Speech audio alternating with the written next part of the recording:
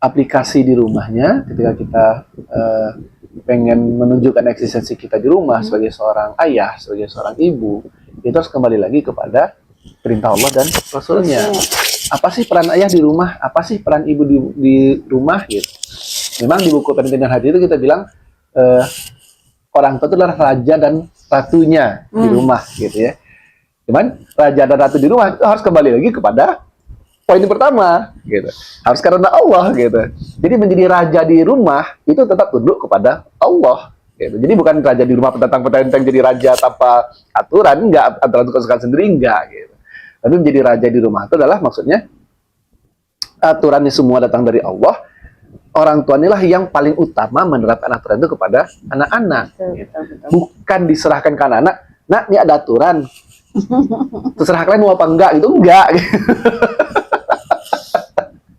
Jadi sebagai orang tua harus bisa mengarahkan anak. Ya apakah diajak diskusi, disampaikan, diajak diskusi gitu. Kalau sesuai umurnya gitu ya.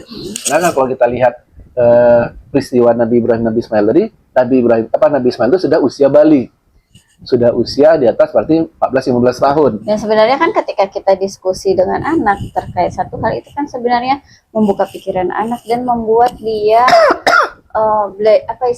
melatih dia untuk cerdas dalam berpikir ya. Dan itu memang bisa menganalisa gitu. Diskusi itu memang untuk usia balik gitu ya. Karena memang pas di usianya balik cocok dengan metode diskusi. Anak 5 tahun diajak diskusi, ya enggak. Anak 5 tahun itu dikasih arahan aja langsung gitu. Ya itu tergantung anaknya ya. Ada yang kacau 5 tahun bisa diskusi. Gitu. Ada gitu ya. Ada yang matang. Jadi orang tua juga harus paham anaknya level pemikiran seperti apa gitu ya. Tapi kalau rata-rata kalau diajak diskusi oke dia. Kalau rata-rata secara umum gitu anak 3 tahun lah misalnya kan, itu sebenarnya sama aja 3 tahun kita sih balik sih kadang bisa diskusi dengan apa sih dia udah bisa diskusi kan 3 tahun gitu kan. Ya semuanya, ya semua orang tua harus paham lah level berpikiran itu level mana gitu. Secara umum 3 tahun 5 tahun itu emang dikasih petunjuk saja dulu gitu, nggak usah banyak dikasih pilihan. Gak usah banyak diajak diskusi, nggak perlu gitu. Tapi kalau emang mau diajak diskusi ya yang ringan-ringan lah, yang dengan kata-kata yang dia mengerti, topik-topik yang dia sudah pahami juga, itu silahkan boleh untuk melatih juga. Tapi kalau untuk aturan itu 3-5 tahun itu cukup dikasih aturan, ya dia nurut. Kenapa? Karena bagi anak usia segitu tuh orang tua tuh masihlah dunianya. Apapun kata orang tuanya dia akan turutin. Itu dia belum ketemu dunia lain selain dunia dia di rumah yang belum bisa dia banding-bandingkan. Jadi apapun kata orang tuanya, ya itulah aturan bagi dia gitu. Jadi orang terdekat harus orang tuanya. Kalau anak yang usia masih usia sebelum akil balik ya. Kalau udah akil balik biasanya masih usia anak-anak lah. Iya. Kalau udah dewasa muda tuh biasanya temannya yang jadi prioritas. Nah, anak balik itu kan jadi teman ya. Orang tua jadi teman. Betul.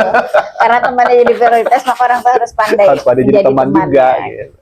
Nah ini beda-beda caranya gitu ya. Anak baru lahir sampai 3 tahun seperti apa, 3 tahun sampai 7 tahun seperti apa. Itu beda-beda cara kita. Ada di PDF kita ya.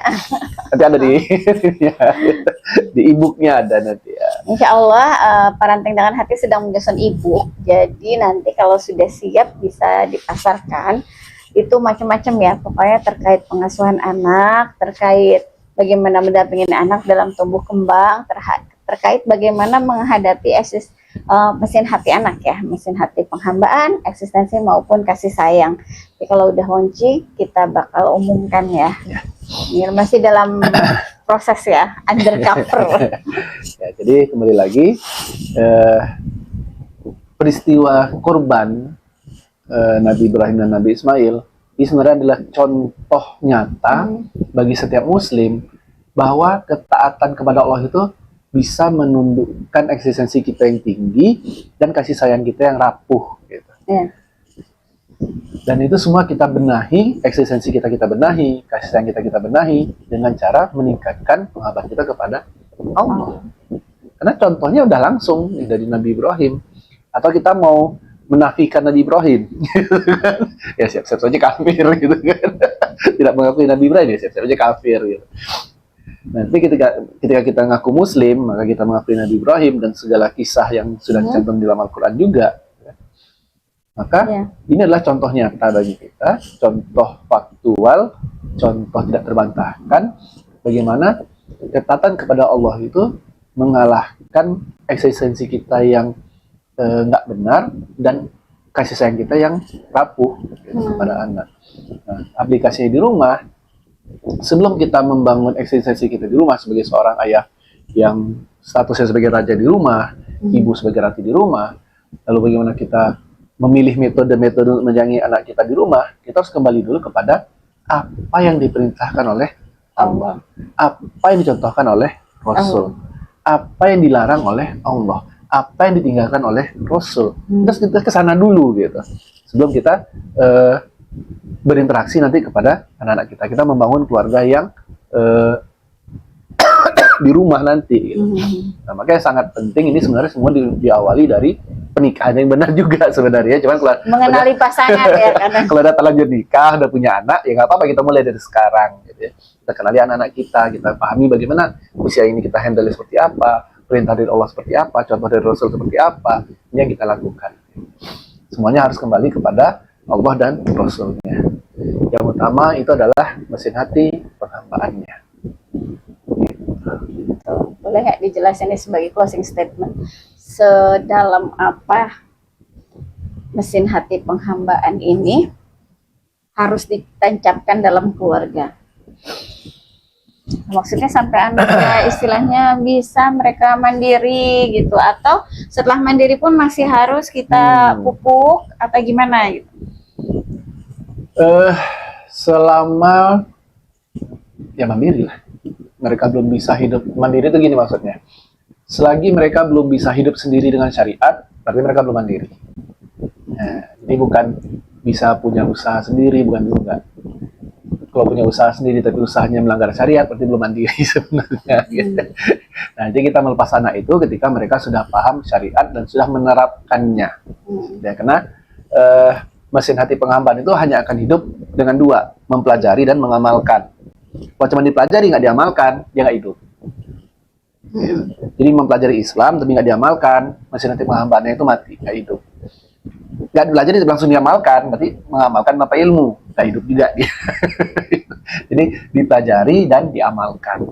Belajar, amal, belajar, amal, belajar, amal. Nah, anak kita harus kita didik seperti itu di rumah.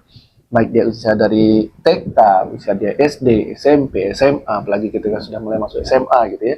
Dia benar-benar sudah bisa mengamalkan ilmu mulia yang dipelajari, sehingga dia bisa menjadi orang yang memang hidup dengan syariat Allah itu sendiri.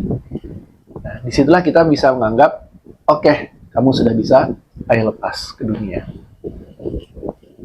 Nggak banyak, ya apalagi kalau emang udah jauh ya, itu gimana mau kita ngurusin udah jauh-jauh gitu kan. Kayak Dija itu kan udah jauh gitu. Mau terus-terusan di... Ya mungkin dipelototin ya, 24 jam. Jangankan yang jauh ya. Yang dekat rumah yang aja. dekat rumah aja. Satu rumah aja gak keplototin. Nggak keplototin 24 jam ya. Ada aja yang kelewat gitu ya kan. Jadi ya, mendirikan anak dengan syariat Allah tadi gitu. Mereka pelajari dan mereka amalkan. Kemandirian mengamalkan itulah yang membuat kita yakin untuk melepas anak hidup lepas jauh dari orang tuanya. Oke. Sampai sini bahasannya apa, cukup atau ada yang mau ditambahkan? Cukup kayaknya ya. Alhamdulillahirrahmanirrahim. Bagi teman-teman yang masih punya pertanyaan atau memang mungkin ada yang mau dipastikan gitu, boleh ya komen di YouTube channel ya, di YouTube ya. Di YouTube Channel ada YouTube, parenting dengan hati. Oke, segitu aja ya. Oke, doanya. Kita tutup dengan hamdalah. Alhamdulillahirrahmanirrahim. Istighfar, Astagfirullahaladzim. Dan doa untuk majlis. Subhanallah. Asyhadu la ilaha illa anta Astagfirullah wa atubu ilaih. Assalamualaikum warahmatullahi wabarakatuh.